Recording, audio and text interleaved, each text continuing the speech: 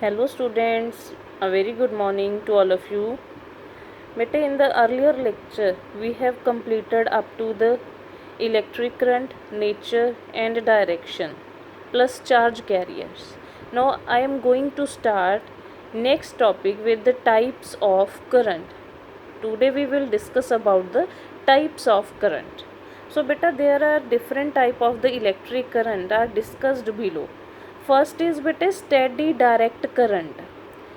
An electric current is said to be steady direct current if its magnitude and direction do not change with time. बेटा अगर किसी current ਦਾ magnitude और direction change नहीं ਹੁੰਦਾ ਤਾਂ ਉਸ ਨੂੰ ਤੁਸੀਂ ਕੀ ਬੋਲਦੇ ਹੋ ਬੇਟਾ ਸਟੈਡੀ direct current which is shown in this figure. So in this graph straight line PQ which is parallel to the axis represent the direct current because ਬੇਟਾ ਇੱਥੇ ਇਸ ਗ੍ਰਾਫ ਦੇ ਵਿੱਚ ਦੇਖੋ ਜੋ ਉਸ ਦੀ ਵੈਲਿਊ ਉਹ ਕੀ ਹੈ ਉਹੀ ਉਸ ਦੀ ਡਾਇਰੈਕਸ਼ਨ ਹੈ ਉਹੀ ਉਨਾ ਹੀ ਉਸ ਦਾ ਮੈਗਨੀਟਿਊਡ ਹੈ ਤਾਂ ਇਸ ਟਾਈਪ ਦੇ ਕਰੰਟਸ ਨੂੰ ਆਪਾਂ ਕੀ ਬੋਲਾਂਗੇ ਸਟੈਡੀ direct current. Now next is ਆ ਬੇਟੇ ਵੇਰੀਏਬਲ ਔਰ ਵੇਰਿੰਗ ਡਾਇਰੈਕਟ ਕਰੰਟ. ਬੇਟਾ ਸਭ ਸਟੂਡੈਂਟਸ ਨੂੰ ਸਿਰਫ AC ਔਰ DC ਬਾਰੇ ਪਤਾ ਹੋਊਗਾ ਤਾਂ DC ਵੀ ਬੇਟਾ 2 ਟਾਈਪਸ ਦਾ ਹੁੰਦਾ ਹੈ. One is steady and second is a varying. ਤਾਂ ਤੁਹਾਨੂੰ ਸਟੈਡੀ ਬਾਰੇ ਬੇਟਾ ਮੈਂ ਦੱਸਦਾ ਸੈਕਿੰਡ ਟਾਈਪ ਹੈਗੀ ਹੈ ਵੇਰੀਏਬਲ ਔਰ ਵੇਰਿੰਗ ਡਾਇਰੈਕਟ ਕਰੰਟ. ਇਨ ਵਿਚ ਬੇਟੇ magnitude change with the time but polarity remains ਕੌਨਸਟੈਂਟ.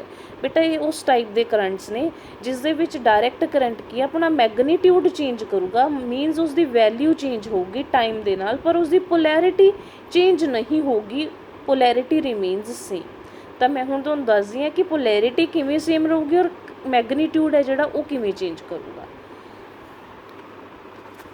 ਨਾਓ ਬੇਟੇ this is shown in this figure.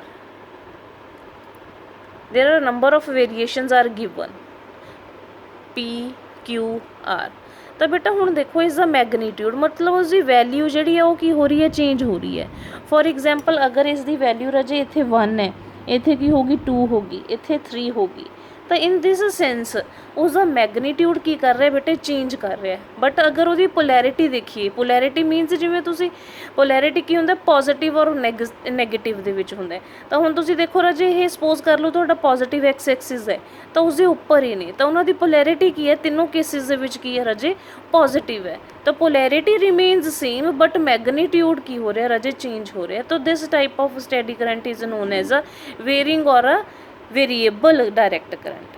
So third type of current is AC current. AC current is that current beta which is change the magnitude with the time and polarity reverse periodically. beta ਉਸ electric current ਨੂੰ ਤੁਸੀਂ alternating ਬੋਲੋਗੇ ਜਿਸ ਦਾ magnitude with time change ਹੋਗਾ and polarity also reverse periodically.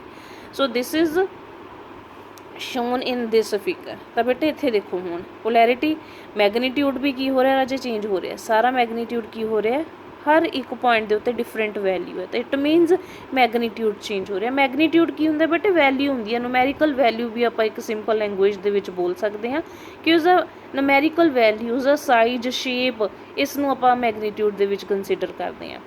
ਤਾਂ ਰਾਜੇ ਇਸ ਦੇ ਵਿੱਚ ਦੇਖੋ ਹੁਣ ਮੈਗਨੀਟਿਊਡ ਕੀ ਹੈ at every point different value है इलैक्ट्रिक करंट की.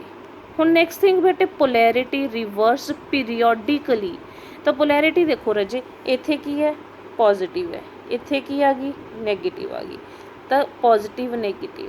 हुण इत्थे वर्ड बेटा पीरियोडिकली यूज़ किया है. पीरियोडिकली की है कि आफ्टर आ फिक्सड इंटरवल तो बाद वो पीरियोडिकली मतलब अपने एक पीरियड तो बाद अपने साइन नूं पोलैरिटी नूं की करूगी चेंज करूगी.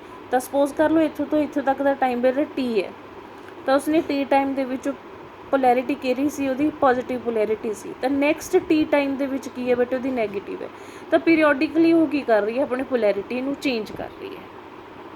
10 ਬੇਟੇ ਕਨਕਲੂਜਨ ਕੀ ਹੋਇਆ 10 the current which do not reverse its polarity ਜਿਹੜਾ ਬੇਟੇ ਆਪਣੀ ਪੋਲੈਰਿਟੀ ਨੂੰ ਚੇਂਜ ਨਹੀਂ ਕਰੂਗਾ ਉਸ ਨੂੰ ਆਪਾਂ ਬੋਲਾਂਗੇ direct current where is the current which reverse its polarity periodically is called the every alternating current. ਤਾਂ ਬੇਟੇ ਇੱਥੇ ਵਰਡ ਜਿਹੜਾ ਪੀਰੀਓਡਿਕਲੀ ਹੈ ਉਹ ਮਸਟ ਹੈ ਇਸ ਨੂੰ ਤੁਸੀਂ ਦਓਗੇ. ਤਾਂ ਇਹ ਸੀਗੀਆਂ ਬੇਟੇ ਤੁਹਾਡੀਆਂ टाइप्स ऑफ करंट।